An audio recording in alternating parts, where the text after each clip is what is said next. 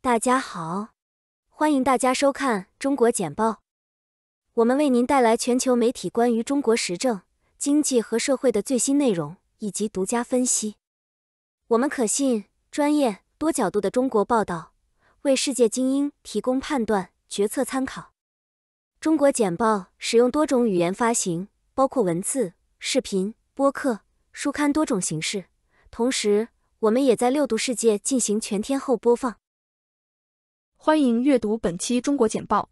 今天是2023年5月18日，我们为您带来来自全球媒体的最新中国政治、经济和社会新闻，以及独家专家分析。如果您觉得我们的内容有帮助，请订阅我们的时事通讯。独家洞察中国地方政府债务的起源与现状。前面几篇文章分别分析了中国地方政府债务问题的成因、演变、现状和危害。本篇文章中，我首先简要回顾造成目前地方政府债务问题的根本原因，以及债务的数额和危害。其后我简要讨论债务问题标本兼治的系统方案。中国地方债务堆积有2个同等重要的原因，一个是1994年的分税制改革，导致地方政府的收入总小于其所负担的支出，差额部分需要通过借债、出卖土地或者中央政府转移支付来补齐，这就为地方政府债务埋下了伏笔。另外一个原因是地方政府官员的考核标准为 GDP 增长率，没有考虑到地方官员可以通过举债来提升 GDP 增长率，也没有考虑到当今的官员举债还本付息的责任可以转移给未来的地方官员，这就导致地方政府举债没有节制。从具体的数据看，2022年末，中国的 GDP 总量约为121万亿人民币，中央政府的债务约为24万亿人民币，地方政府的一般债务约为10万亿人民币，地方政府的专项债务约为25万亿人民币，地方政府融资平台公司在债券市场上公开发行的债券总额约为14万亿人民币。以上4类债务都在债券市场上公开交易，一旦发生一笔违约，将引发连锁反应，债务危机和银行危机随之发生。除去以上4类债务，地方政府融资平台公司还直接从银行贷款，总额不详，我将这部分债务标记为 X。地方政府融资平台公司也通过种种复杂的金融工程产品融入的资金。这类债务的特点是不透明、利息成本高、产品结构复杂、债务链条长、项目的质量差。这类地方政府债务总量也不得而知，我将其标记为 Y。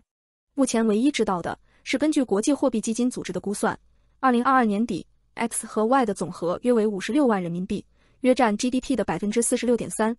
需要特别指出的是Y 部分的资金很大程度上引自银行。另外，土地作为地方政府举债的主要抵押品，卖地收入贡献了地方政府收入的很大一部分。房子作为大多数家庭申请房地产抵押贷款的抵押品，这些意味着中国的房地产泡沫与地方政府债务、宏观经济增长和金融稳定交织在一起，极难解决，因为泡沫总是要破裂的，没有国家可以将经济增长和财政收入主要依赖于资产泡沫。中国地方政府债务问题的解决办法系列之一，作者李卫军，中国简报特约经济学家。微软致力于解决 Skype 中国问题。华尔街日报，微软宣布它正在努力解决一个技术问题，该问题阻止其 Skype 服务的用户拨打中国的号码。该问题于本月早些时候开始出现，数百名用户报告难以连接到中国电话号码。Skype 承认这个问题是从5月5日开始的，并且正在尝试解决这个问题。微软发言人将问题归因于中国当地电信运营商所做的改变，但没有提供更多细节。这起事件发生在北京加大力度限制与外界联系的信息渠道，并加强对外国互联网服务的控制之际。多年来，微软的服务，包括 LinkedIn 及其搜索引擎并与中国政府的关系一直起伏不定。消息人士称，美团 IPO 最快周一在香港亮相。彭博社，据知情人士透露，中国外卖公司美团最早将于下周在香港推出其 Kita 应用程序，这标志着该公司首次在中国大陆以外的地区扩张。目前尚不清楚 Kita 是否会在香港以外地区推出，不过该公司正在香港商店为潜在骑手提供适用于 Apple It iOS 系统的应用程序。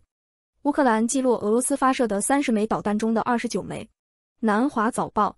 据乌克兰官员称，俄罗斯于5月12日午夜过后向乌克兰首都基辅和敖德萨发射了一连串巡航导弹。该国表示已击落30枚导弹中的29枚。据报道，夜间袭击造成1人死亡。导弹袭击被视为在预期的反攻之前升级。大部分地面战斗在乌克兰东部和南部的主要前线沿线焦灼，但双方都在用远程武器瞄准其他领土。先进的西方防空系统使基辅免受主要前线的破坏。土耳其总统雷杰普·塔伊普·埃尔多安 （Recep Tayyip Erdogan） 宣布延长乌克兰与俄罗斯之间的协议，允许谷物出口越过黑海。此前，该国呼吁进一步澄清和保证。中国与西方迈出一步缓解非洲债务危机。经济学家，中国和西方政府可能已经通过就测试案例加纳达成妥协，找到了重组数十亿美元非洲国家债务问题的答案。国际货币基金组织上个月同意为加纳提供30亿美元的救助，其中第一笔款项为6亿美元。此前，中国和主要由西方国家组成的巴黎俱乐部保证他们将承担贷款损失。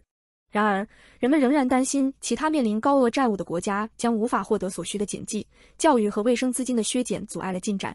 大多数国家的非洲政府债务处于20年来最高水平，偿还外债的平均成本现在占政府收入的17%。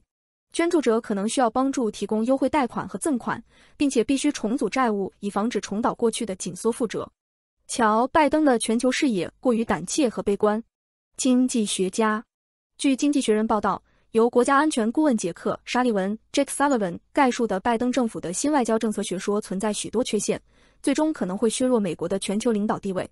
该学说在政府在社会中发挥更大作用和强调国家安全的框架下，融合了国内繁荣、国防和气候变化。然而，该杂志认为，该计划背后的国家主导的产业政策和保护主义的结合，最终可能会削弱该国的国际实力。以军事上谨慎的方式平衡处理美中关系的政策，反映了一种信念，即建立战略成熟度可以使美国更安全，并使世界走上良性道路。但这是有缺陷的，因为美国的经济影响力是该杂志警告称，中国远未衰落，其参与全球经济规则至关重要。乌克兰战争削弱俄罗斯的影响力，中国向中亚求爱。美国有线电视新闻网，来自哈萨克斯坦、吉尔吉斯斯坦、塔吉克斯坦、土库曼斯坦和乌兹别克斯坦的领导人正在中国西安举行会议，讨论贸易、地区稳定和安全问题。这是苏联解体后建交以来，中亚国家元首首次同中国举行面对面会晤。中国希望扩大其在该地区的影响力，该地区长期以来一直被认为是俄罗斯的势力范围。中国将与中亚领导人的这些会晤描述为今年主办的首次重大外交活动，也是与西部边界、欧洲和中东之间的后苏联国家绘制新蓝图的机会。北京和中亚国家预计将签署经济合作协议，因为该地区正遭受俄罗斯对乌克兰战争的连锁经济影响。领导人还将讨论在动荡和武装威胁之后的安全合作和确保稳定。中国寻求确保安全，而不是承担俄罗斯更广泛的地区安全角色。乌克兰告诉中国，特使他不会将领土割让给俄罗斯以实现和平。电报：中国驻欧洲特使李辉访问了乌克兰，以缓和该国与俄罗斯的冲突。此次访问是在中国国家主席习近平与乌克兰总统沃洛德米尔·泽伦斯基进行会谈之后进行的，这是自俄罗斯2月入侵乌克兰以来两国元首之间的首次接触。乌克兰警告中国不要默许莫斯科的行动，拒绝称其为入侵或战争，并表示只会接受尊重乌克兰主权和领土完整的和平协议。李克强还将访问俄罗斯、波兰、法国和德国。大手笔不买便宜货，为什么投资者不急投日本？路透社：日本股市本周升至数十年高位，受到强劲的企业盈利、疲软的日元和回购的推动。尽管广泛的东证股价指数和基准日经指数都达到了自1990年以来从未见过的里程碑，但一些投资者选择置身事外。由于过去几年股票停滞不前，许多外国资产配置者不愿进入市场，一些人对央行可能退出货币刺激措施持谨慎态度。北京与东盟就推迟南海准则的下一步达成一致。南华早报：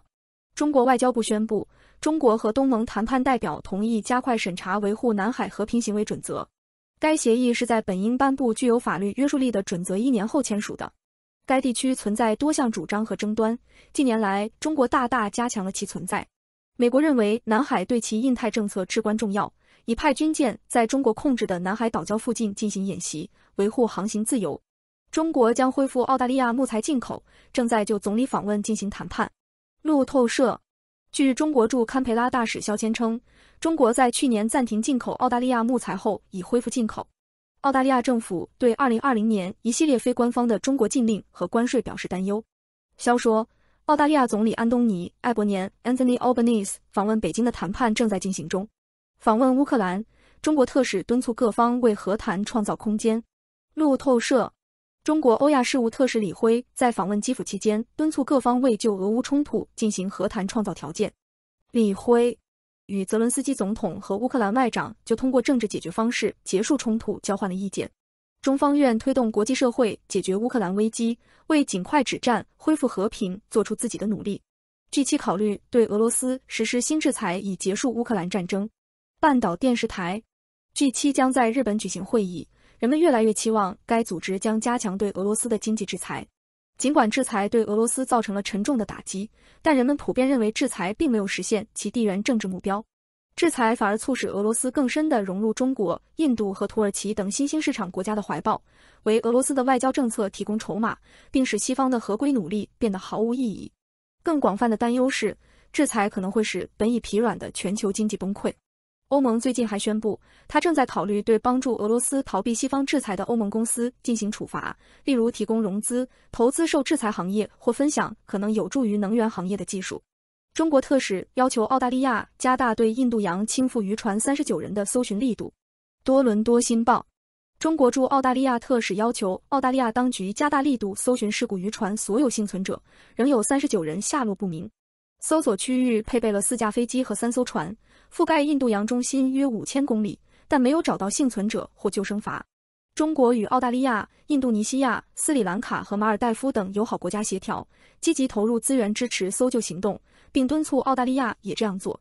蒙大拿州禁止 TikTok， 但是能执行吗？南华早报，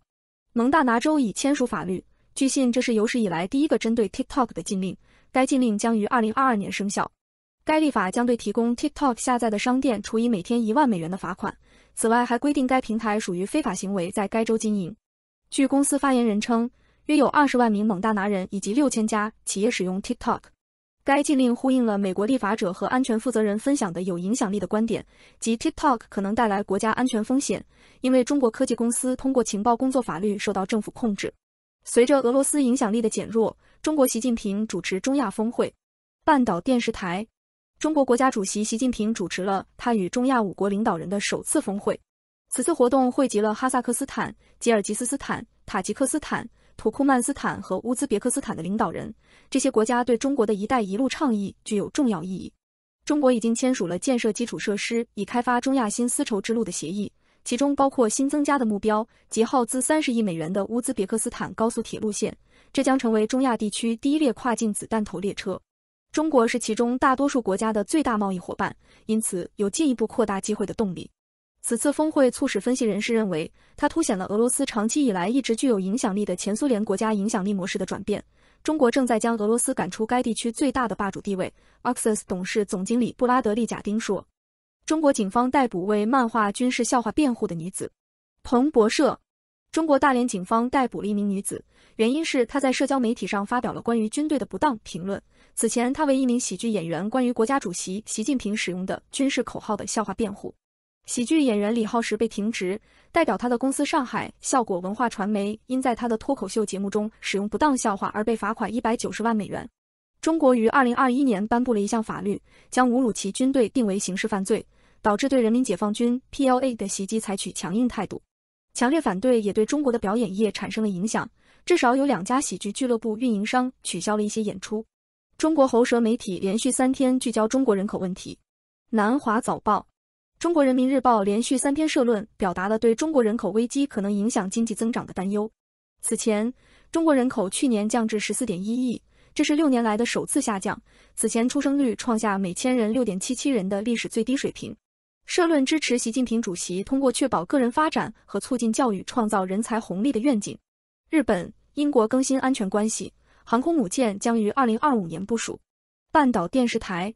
英国和日本将深化安全关系，并签署一项名为广岛协议的新协议，涵盖国防、贸易和投资、科学技术等领域，以及应对气候变化等全球问题的联合倡议。作为协议的一部分，希望在离开欧盟后加深与欧洲以外国家关系的英国已承诺在2025年向印太地区部署一个航空母舰打击群。两国还将就一项正式协议达成一致磋商条款，而贸易和投资以及科技计划将根据协议得到支持。